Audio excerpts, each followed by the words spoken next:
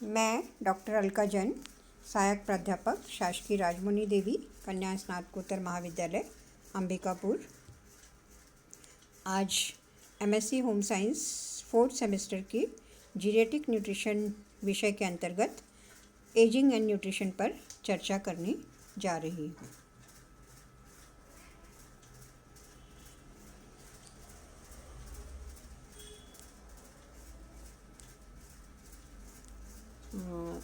बुजुर्गों का आहार और उसका व्यवस्थापन बहुत ही महत्वपूर्ण होता है। इसमें ओल्ड एज में एनर्जी की रिक्वायरमेंट कम हो जाती है, क्योंकि वृद्धावस्था में शारीरिक क्रियाशीलता कम हो जाती है। वृद्ध व्यक्तियों का बेसल मेटाबॉलिक रेट या आधारी चयापचय की दर कम हो जाती है, जिसकी वजह से उन्हें ऊर्जा की आवश्यकता कम होती है और उनके क्रियाकलाप भी सीमित हो जाते हैं। शरीर जो होता है शिथिल हो जाता है, ज़्यादा कार्य नहीं करना होता है, इसलिए उन्हें आम व्यक्तियों की तुलना में कम ऊर्जा की आवश्यकता होती है। वयस्क पुरुष यदि वृद्धावस्था में है तो उसके लिए 2100 कैलोरी प्रतिदिन के लिए पर्याप्त होती हैं और वयस्क वृद्ध महिला के लिए 1700 कैलोरी प्रतिदिन पर्याप्त होती हैं। यहाँ पर ये ध्यान रखना चाहिए कि आसानी से पचने वाला हल्का भोजन लिया जाए और उसकी कंसिस्टेंसी सॉफ्ट होना चाहिए, ताकि आसानी से उसको वृद्ध व्यक्ति चबा सकें, खा सकें और आसानी से पचा सकें, क्योंकि वृद्धावस्था में दांतों की भी समस्या कई लोगों को होती है। कुछ लोग डेंचर लगाए रहते हैं, कुछ जो होते हैं आर्टिफिशियल टीथ लगाए होते हैं और कुछ के दांत टूट चुके होते हैं। तो उनको सॉफ्ट भोजन देना जो है वो सॉफ्ट भोजन देने से आसानी से उसको पचाया जा सकता है। इसके अलावा ये ध्यान रखना चाहिए कि अनाजों में मल्टीग्रेन फ्लोर का इस्तेमाल करें, उसको मिक्स दालों के साथ प्रयोग में लाएं और छिलके वाली दालें और संपूर्ण अनाज का सेवन करें, तो उससे उनके आहार में रेशा जो है वो पर्याप्त मात्रा में मिल जाता है। इसके साथ ही उनके आहार में फ्रेश फ्रूट्स और वेजिटेबल्स भरपूर मात्रा में शामिल करना चाहिए, ताकि उनको विटामिन्स और मिनरल्स जो हैं वो मिल सकें। इसके बाद हम बुजुर्गों की प्रोटीन संबंधी आवश्यकता पर चर्चा करेंगे। प्रोटीन की आवश्यकता इस उम्र में काफ़ी होती है। यहाँ पर 1 ग्राम प्रति किलो भार के हिसाब से प्रोटीन यदि दिया जाए तो उचित होता है। वैसे रेफरेंस जो है बताया गया है इसमें कि वयस्क पुरुषों को 60 ग्राम प्रोटीन और वयस्क वृद्ध महिलाओं को 55 ग्राम प्रोटीन प्रतिदिन लेना चाहिए। प्रोटीन अच्छी क्वालिटी का लेना चाहिए, यानी ऐसे भोज्य पदार्थ लिए जाएं जिनमें सभी आवश्यक अमीनो अम्ल पाए जाते हैं और जिनकी बायोलॉजिकल वैल्यू अच्छी हो। तो गुड क्वालिटी का प्रोटीन लेने से उसका उपयोग करने की क्षमता उसकी अच्छी होती है। तो यहाँ पे मीट, फिश, एग यदि जो लोग खाते हैं तो उनका इस्तेमाल थोड़ी मात्रा में कर सकते हैं। मिल्क एंड मिल्क प्रोडक्ट, दूध ज़रूर लेना चाहिए यहाँ पर, और दूध यदि नहीं लेते हैं तो दही या मट्ठा और दूध से बने हुए पदार्थों का सेवन कर सकते हैं। इसमें छेना, पनीर जो पसंद है उसके हिसाब से उसका उपयोग कर सकते हैं, पर प्रोटीन युक्त पदार्थ भरपूर मात्रा में शामिल करना चाहिए।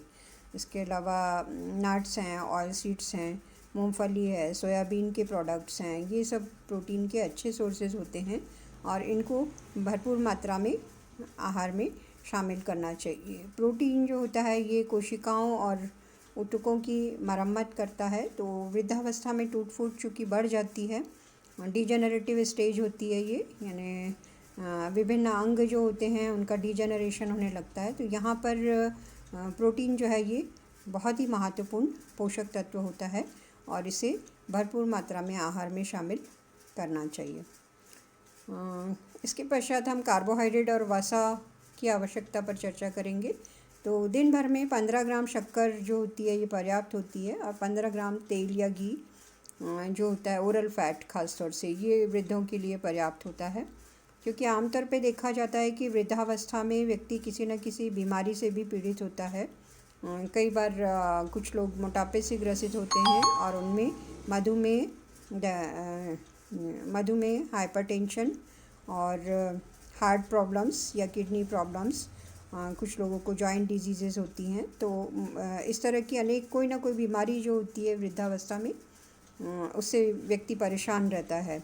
तो यहाँ पर ध्यान देना है कि वज़न जो है उसको आदर्श वज़न से 5% कम पर बनाए रखें तो अच्छा रहेगा। इससे शरीर में स्फूर्ति भी होगी और विभिन्न मोटापे की वजह से बढ़ने वाली बीमारियां उनको भी नियंत्रित किया जा सकेगा।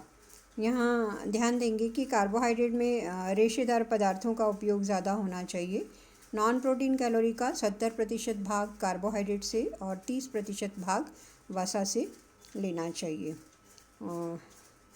फाइबर रिच डाइट लेने के लिए संपूर्ण अनाज, संपूर्ण दालें, छिलके वाली डंठल वाली सब्जियां, छिलके वाले फल, इन सब का इस्तेमाल करना चाहिए।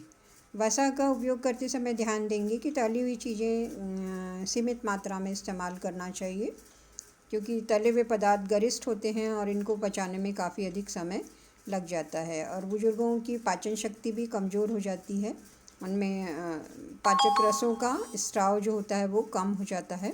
तो इसीलिए पायसीकृत वसा दी जाए तो वो ज़्यादा अच्छी रहेगी। पायसीकृत का अर्थ है यहाँ पे दूध, दही, मठा, इसके माध्यम से यदि वो फैट लेते हैं तो वो उसको आसानी से उसको वो पचा सकते हैं। तो इस बात का ध्यान रखना चाहिए।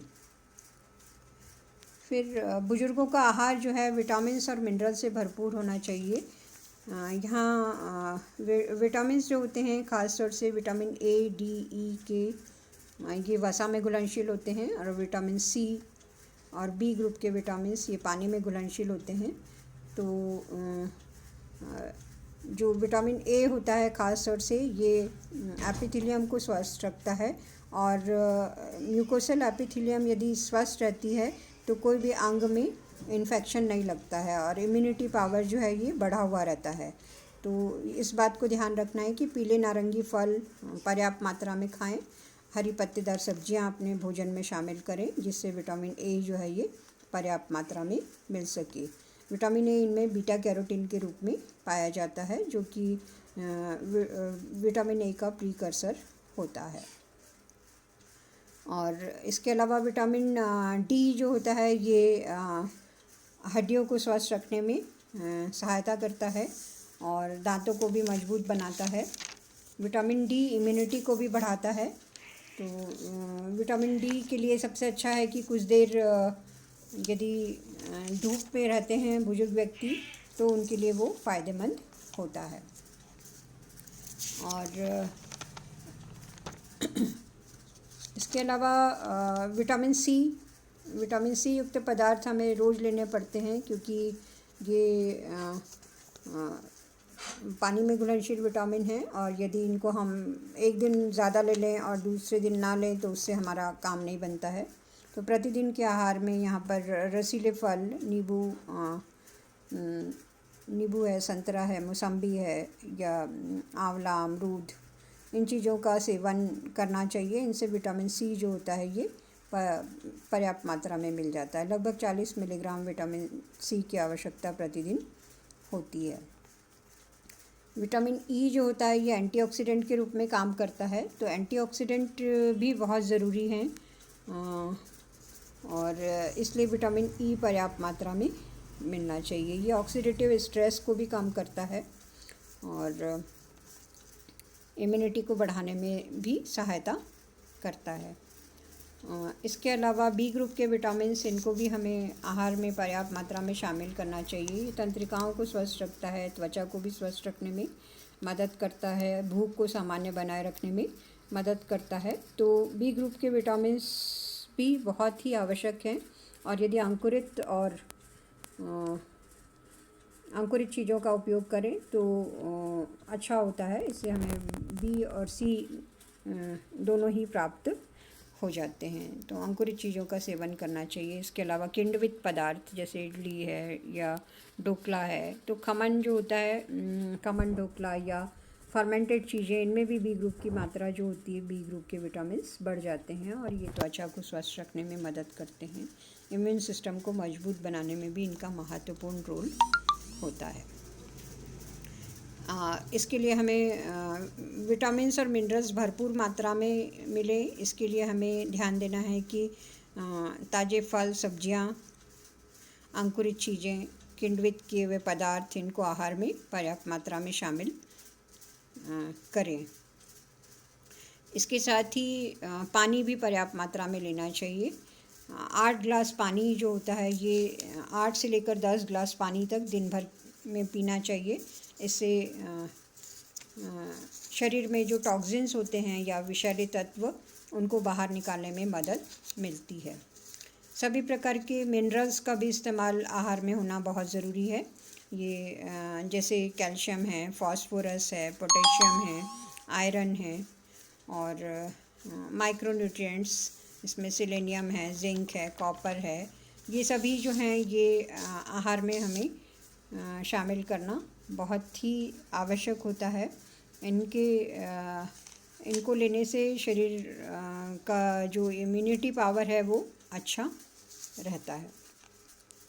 तो माइक्रोन्यूट्रिएंट्स, एंटीऑक्सीडेंट्स, इनका इम्पोर्टेंस ओल्ड एज के साथ साथ बढ़ता जाता है, तो इन्हें हमें भरपूर मात्रा में शामिल करना चाहिए।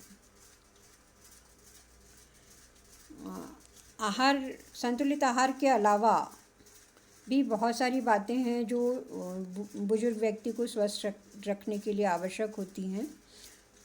इसमें ध्यान देना है कि उनको तनाव रहित रहना चाहिए या रिलैक्स रहना चाहिए, क्योंकि तनाव जो होता है ओल्ड एज में, ये स्वास्थ्य पर विपरीत प्रभाव डालता है, उनके रोग रोधन क्षमता को भी कम कर देता है। ज़्यादा सोचना नहीं चाहिए, चिंता नहीं करना चाहिए और नींद पर्याप्त लेना चाहिए। पर्याप्त नींद होने से भी शरीर का स्वास्थ्य जो है ये अच्छा रहता है। तो 8 घंटे की नींद कम से कम होना चाहिए। और इसके अलावा शरीर को सक्रिय रखना चाहिए। फ़िज़िकल एक्टिविटी बहुत ज़रूरी होती है। एक्सरसाइज करना चाहिए, कम से कम 30 मिनट की एक्सरसाइज बहुत ज़रूरी होती है। इसमें जो भी एक्सरसाइज कर सकते हैं वो करना चाहिए। इसमें पैदल चलना है या साइकिलिंग करना है या स्विमिंग वगैरह करना है, तो ये सभी चीज़ें जो हैं इसके अंतर्गत आती हैं। इसके अलावा योगा एंड मेडिटेशन, इस पर भी ध्यान, ये बहुत ही महत्वपूर्ण है शरीर को स्वस्थ रखने में और आयु को बढ़ाने में, जीवन काल लंबा करने में ये सहायता करता है। हर्बल मेडिसिन्स का भी अपना महत्व है। इन्हें भी जैसे नीम, तुलसी, गिलोय, एलोवेरा, बेरीज़, ये सब दैनिक जीवन में यदि इनका प्रयोग किया जाए तो ये स्वास्थ्य को बेहतर रखने में सहायक होती हैं। किचन में अनेक प्रकार के मसालों का उपयोग हम करते हैं, जैसे दालचीनी है, मेथी है, जीरा है, अजवाइन है, लौंग है, हींग है। ये सभी जो होते हैं इम्यून सिस्टम को भी मजबूत करते हैं और पाचन में भी सहायता करते हैं। आयुर्वेदिक मेडिसिन्स का भी अपना महत्व है। इन पर विस्तार से आप लोगों ने अन्य लेसन्स में पढ़ा है। और इसके अलावा डायबिटिक और हार्ट डिजीज़ के यदि पेशेंट हैं या किडनी प्रॉब्लम है तो उनको नियमित रूप से दवाइयाँ लेना जो होता है ये बहुत ही ज़रूरी होता है। और उसके साथ साथ हेल्दी डाइटरी पैटर्न भी अपनाना चाहिए और एक्सरसाइज करते रहना चाहिए। नियमित रूप से एक्सरसाइज करना, सक्रिय रहना बहुत ज़रूरी होता है। तो जीवन शैली में यदि इन सब चीज़ों को शामिल किया जाए तो स्वास्थ्य को बेहतर बनाया जा सकता है। और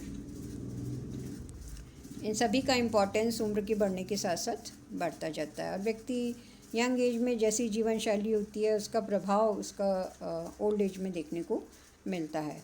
यहाँ पर ये ध्यान देंगे कि हेल्दी हैबिट्स होना चाहिए और स्मोकिंग या अल्कोहल आदि का सेवन जो होता है ये वृद्धावस्था में उचित नहीं होता है। इसके अलावा होममेड फूड का इम्पोर्टेंस भी बहुत ज़्यादा है। घर पे बनी हुई चीज़ें जो होती हैं उनको साफ़ सफाई से, स्वच्छता का ध्यान में रखते हुए बनाया जाता है और ये पौष्टिक भी होती हैं और आसानी से इनको डाइजेस्ट भी किया जा सकता है। तो होममेड फूड इसका अपना महत्व है। इनका उपयोग वृद्धावस्था में करना चाहिए। फास्ट फूड, जंक फूड या पैक्ड फूड हैं, प्रोसेस्ड फूड हैं, ये सब वृद्ध व्यक्तियों के लिए उचित नहीं माने जाते, क्योंकि ये केवल शर्करा प्रदान करते हैं। इनमें का शर्करा और वसा की मात्रा अधिक होती है। ये भूख को तो शांत कर देते हैं और परंतु बाकी पोषक तत्व इनसे प्राप्त नहीं हो पाते हैं। तो घर का बना हुआ हेल्दी खाना खाना चाहिए और कोशिश करना चाहिए कि बाहर की पैक्ड चीज़ें जो हैं उनका उपयोग ना किया जाए। और इसके साथ साथ ये ध्यान रखेंगे कि सैचुरेटेड फैट जो है आहार में ना लें, क्योंकि ये बहुत हार्मफुल होता है, हानिकारक है, हृदय पर विपरीत प्रभाव डालता है। और इसमें वनस्पति घी से बनी हुई चीज़ें या कोलेस्ट्रॉल युक्त चीज़ें, ये सभी संतृप्त वसा के अंतर्गत आती हैं। तो बाहर के पदार्थों में इनका उपयोग ज़्यादा होता है, तो घर की चीज़ों में हम शुद्धता से बनाते हैं, तो उसका सेवन हमें ज़्यादा उचित है। इसके अलावा घर में बने हुए जैसे डिफरेंट स्नैक्स है, इडली, ढोकला, चीला या फलों के कस्टर्ड या मिल्क शेक्स वगैरह हैं, या इस घर के बने हुए ड्रिंक्स हैं, नींबू का शरबत है या नारियल पानी है या विभिन्न सब्जियों को मिक्स करके बनाया हुआ सूप है, और उसमें कुछ उपयोगी मसाले भी डाल दिए जाते हैं जैसे दालचीनी, लौंग वगैरह। तो ये जो है, ये ख़ास तौर से ये घर की बनी हुई चीज़ें जो होती हैं पौष्टिकता भी प्रदान करती हैं और व्यक्ति को स्वस्थ रखने में मदद करती हैं। एक बात का और ध्यान रखना चाहिए कि बुजुर्ग व्यक्तियों को पानी जो है उबाल कर पिए तो ज़्यादा अच्छा है, क्योंकि उबला पानी जो है एक तरह से सुरक्षित हो जाता है और बहुत सारी बीमारियों को रोकने में ये मदद करता है। तो उसे अपने जीवन शैली में उसे शामिल करें कि बॉइल्ड वाटर लेना है। और इसके अलावा ये फलों और सब्जियों का ज़्यादा से ज़्यादा सेवन करें। हरी पत्तेदार सब्जियां हैं, हरी सब्जियां हैं, ताज़े फल हैं, उनको दैनिक आहार में नियमित रूप से लेने की का प्रयास करना चाहिए। इन सब बातों का यदि हम ध्यान रखते हैं तो स्वास्थ्य को बेहतर बनाने में बुजुर्ग व्यक्ति को मदद मिलती है। और यदि उसका स्वास्थ्य अच्छा रहेगा, उसका संतुलित भोजन लेता है, उसमें सभी पोषक तत्व पर्याप्त मात्रा में लेता है, अपने नियमित जीवन शैली रखा जाए तो लंबे जीवन या जीवन काल को लंबा करने में ये मदद करता है। धन्यवाद।